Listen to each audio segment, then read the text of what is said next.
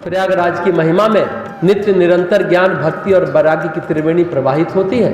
एक त्रिवेणी है गंगा यमुना सरस्वती, जहाँ मिलते हैं प्रयागराज, और एक त्रिवेणी वह है जहाँ भक्ति, ज्ञान और वैराग्य मिलते हैं। यहाँ पर भक्ति का क्रम चल रहा है, ज्ञान की बातें चल रही हैं, थोड़ा संसार से अपने को विरक्त करते हैं, वैराग्य करते हैं, तो यहाँ भी त्रिवेणी संगम उपस्थित है। भक्ति की गंगा, वैराग्य की यमुना, जहाँ भक्ति तथा वैराग्य है वहीं ज्ञान की धारा सरस्वती के रूप में प्रकट होती है। जब ऋषि देखते हैं प्रयागराज को तो तपस्थली के रूप में देखते हैं। ऋषि की दृष्टि क्या है, गोस्वामी तुलसीदास जी ने बालकांड में बताया।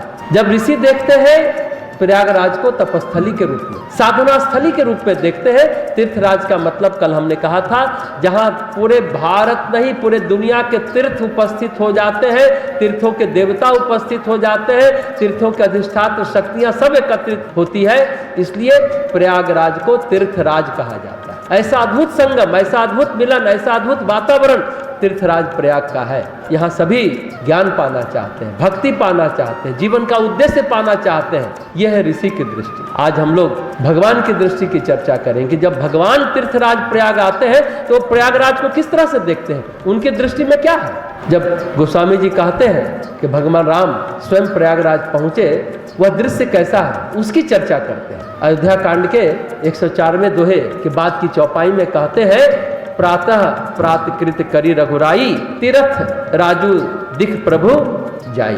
प्रभु श्री रामचंद्र ने सवेरे प्रातः काल की सब क्रियाएं करके नित्य नैमित्तिक कर्मों से निवृत्त होकर जाकर तीर्थराज प्रयाग का दर्शन करते हैं, यानी तीर्थों के राजा का दर्शन करते हैं। अब भगवान तो भगवान है, इस शब्द से ईश्वर बना है, ईश्वर शब्द ऐश्वर्य से बना है। जहाँ ऐश्वर्य है वहाँ ईश्वर है, जहाँ ऐश्वर्य है वहाँ ईश्वर है, वहाँ फिर ईश्वरत्व प्रकट हो जाता है। उसी तरह से जहाँ तेजस्विता है यानी भर्ग है वहाँ भगवान है। ध्यान देने की बात है, ऐश्वर्य है, तेजस्विता है, वहाँ ईश्वरत्व है, वहाँ भगवत्ता। तो तीर्थराज प्रयाग को भगवान ने किस रूप में देखा और कैसे देखा। तीर्थराज प्रयाग को भगवान देखते हैं राजा की तरह, किला की तरह। राजा के जो सप्तांग होते हैं, 7 अंग होते हैं राजा के। प्राचीन काल के इतिहास को आप पढ़ेंगे तो आपको मालूम होगा, सेना होती है, किला होती है, कोष होता है, महामंत्री होते हैं, महारानी होती है, पड़ोसी राज्य के साथ मित्रता भी होती है। ये सब राज्य के अंग है। राजा अपने समूचे अंगों के साथ, अपने समूचे वैभवों के साथ बैठा दिख रहा है। राजा कौन है, तो प्रयागराज। कैसे, तीर्थराज प्रयाग का वर्णन गोस्वामी जी इस तरह करते हैं। सचिव सत्य श्रद्धा प्रिय नारी, माधव सरिस मितु हितकारी, चारि पदारथ भरा भंडारू, पुण्य प्रदेश देश अति चारू। प्रयागराज का समूचा क्षेत्र पुण्य प्रदेश है। पुण्य की तप की उर्वरता है वहां पर, पुण्य की तप की उर्वरता।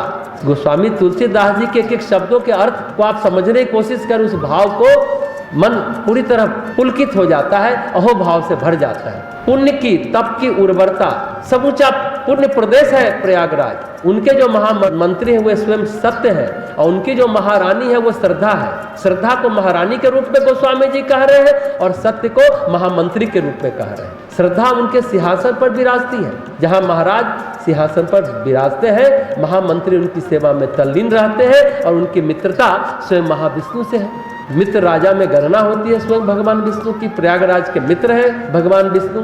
उनके कोष में क्या है, उनके भंडार में क्या है, ये गहरी बात है, ध्यान से सुनेंगे। चारों पुरुषार्थ उनके यहाँ भरे हुए हैं। कौन कौन, धर्म अर्थ काम और मोक्ष, सब कुछ देने में प्रयागराज समर्थ है।